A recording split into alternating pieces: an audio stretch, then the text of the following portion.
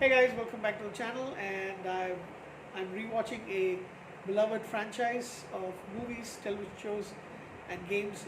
Although I am only interested in the movies and television series, this is one of the biggest franchises in the entire world. Big money-making spin. Of course, though it is far from my favorite, I still do enjoy these movies quite a lot. But to be honest, I don't really get the hype. Yeah, starting off on that way doesn't say it. But yeah, I know, I understand a lot of people, especially in North America, are crazy about this franchise. But yeah, not me as much. But still, I do enjoy them quite a bit, and I do watch them many times over. The last time that I watched these movies were, I think, towards the end of 2018, beginning of 2019, and of course now it is August 2023. It's time to rewatch them once again, and I am talking about the Star Wars franchise. And this is how I watch them in order. I start from Episode 1, The Phantom Menace, like not chronological release, but I watch them in this order since it's telling a story.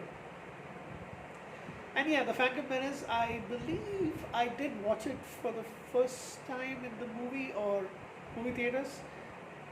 Or I think I watched it first at home, and then it was still running on the theaters or something like that. And I do remember going to the theaters with, I think, a cousin of mine or somebody. Not really sure, maybe one or two of my cousins in the year 2000, and I watched it there as well.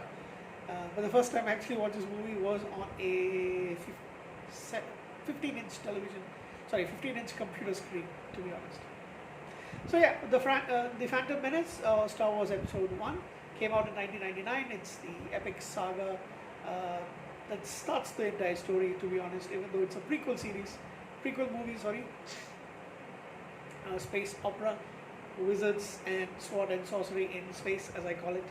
Written and directed by George Lucas. It stars Liam Neeson, who is amazing as Qui-Gon Jinn.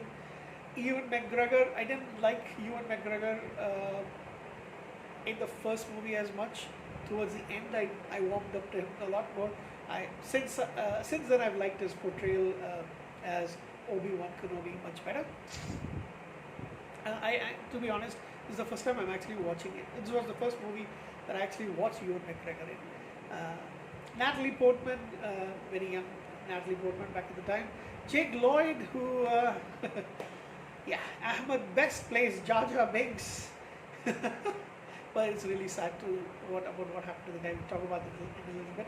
Ian McDermott, who plays the Sith Lord and Senator Palpatine. Anthony Daniels, Kenny Baker, Pernilla August, and Frank Oz. So it is the fourth film chronologically released, but it is the first in the origin story or in the storyline. So definitely the prequel series is where I prefer to watch the saga. It's called the Skywalker saga, to be honest. And it is set 32 years before the original trilogy, 13 years before the formation of the Galactic Empire, and during the era of the Galactic Republic. And basically Qui-Gon Jinn and his apprentice, his Padawan, Obi-Wan Kenobi, are sent to negotiate in the trade disagreement, in the dispute that's happening. There is a blockade towards the planet. Which one is it, by the way? I always forget the planet. Coruscant, yeah. So, and this one, so initially they're thought to be dead because the traders, plan to divide, basically want to kill them off. However, they escape, and then their job is now to protect Queen Amidala. Sorry, how do you pronounce it? Amidala, sorry. Queen Amidala, Padme Amidala, who is then supposed to be 14 years old. Okay, she's the queen. Sorry, not Coruscant. It is Naboo. She is the queen of Naboo, and she is trying to protect her planet from the trade blockade by the Federation.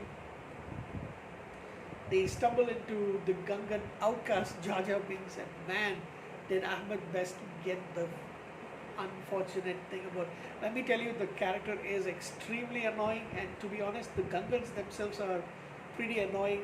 Not some of the generals, like this one main guy who's a general. I don't know who plays him, but that guy is actually. But the king of the Gungans is absolutely cartoonish, ridiculous. The way he does that sign, that stupid stuff, is really silly. They meet. They go. They want to go to Coruscant.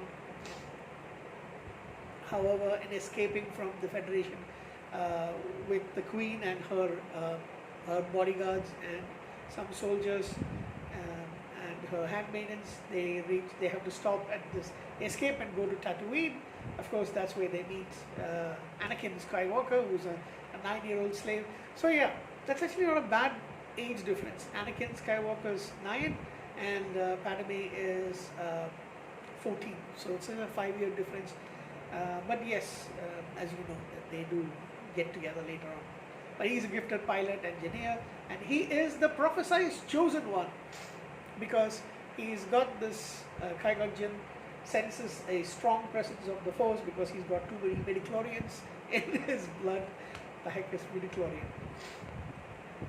Of course, there's 3CPO, and that's being built by Anakin, and there is the brave R2D2 who protected the Queen's ship when they were being and fixed it when they were being bombarded, so the shields could actually go up. Yeah.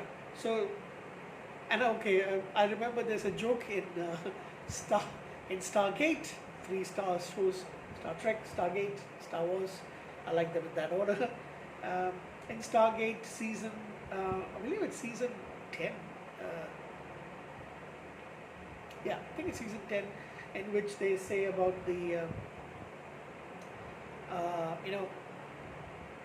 Immaculate Conception. They say there's only been one that they've ever known, and they're supposed to say Jesus Christ. That's what they meant. But Teal'c says it is Anakin Skywalker, basically Darth Vader. So yeah, that's actually a very funny joke. But exactly, he is supposed to have been born without any conception, so he's supposed to be the one that brings balance to the Force. However, taken in your pointy ears, Yoda and the Council, of course, they do not believe him. So yeah, Qui-Gon gets killed. All that story. It's very famous. So Darth Maul is absolutely fantastic. By the way, every time I watch the fight scenes between Darth Maul and the 2 Jedis, I'm actually amazed. He's actually way better than them. He was fighting off both of them, and he's got the twin beams of whatever the thing is. Okay, so here's a few things about it. Like I said, Liam Neeson is amazing. Ewan McGregor, not so much in this movie, but in the next movies, he is, of course, a lot more amazing. Natalie Portman is delightful as Padme Amidala. How old was she at the time? I do not know. She's playing a 14-year-old. She is 42 now, so yeah, she was very young. Not going to do the math. Jake Lloyd, he was terrible. To be honest, in a movie like this, when you're having these characters, and you can't really blame the kid at that time because he was only 9, but he sounded a lot like an American boy when he's supposed to be somebody from an alien planet, right? And it's a long time ago, so America wasn't even formed at the time. So that's the biggest problem that I see, and he struggles in the acting part. It doesn't sound natural. It just sounds like,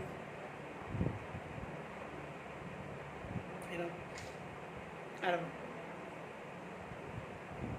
And to be honest, there's a scene where he's flying the ship and he goes, "Wah!" Those come out as being really generic, and it's like very cliched kind of reaction for especially a kid to have, and that's the whole point.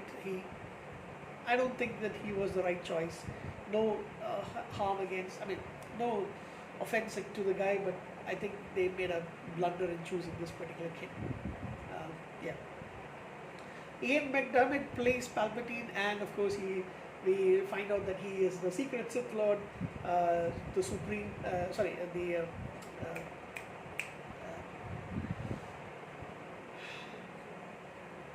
Darth Sidious. So he plays the role. You can tell he's this sleazy politician kind of character. He is perfect to be that. I mean, in the movie, I don't think I've seen him in anything else, but he plays the role to a T as well. Ahmed Best, yes, is the weakest thing in the entire franchise. Jar Jar Binks is like terrible. It's supposed to be comedic, but there's a lot of crappy stuff that's in this based around him, the fight scenes and all that, how he is had to become a general for no reason absolutely other than a plot point. Kenny Baker plays R2D2, Anthony Daniels plays 3CPU, but he's got a very small role in this. Of course, you get to see him later on in the next movies.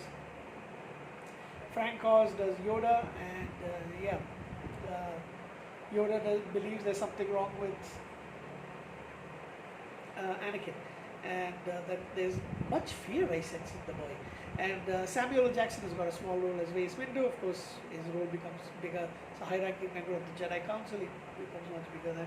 And of course, Samuel L. Jackson has to remember not to use the word motherfucker in any of the roles in this.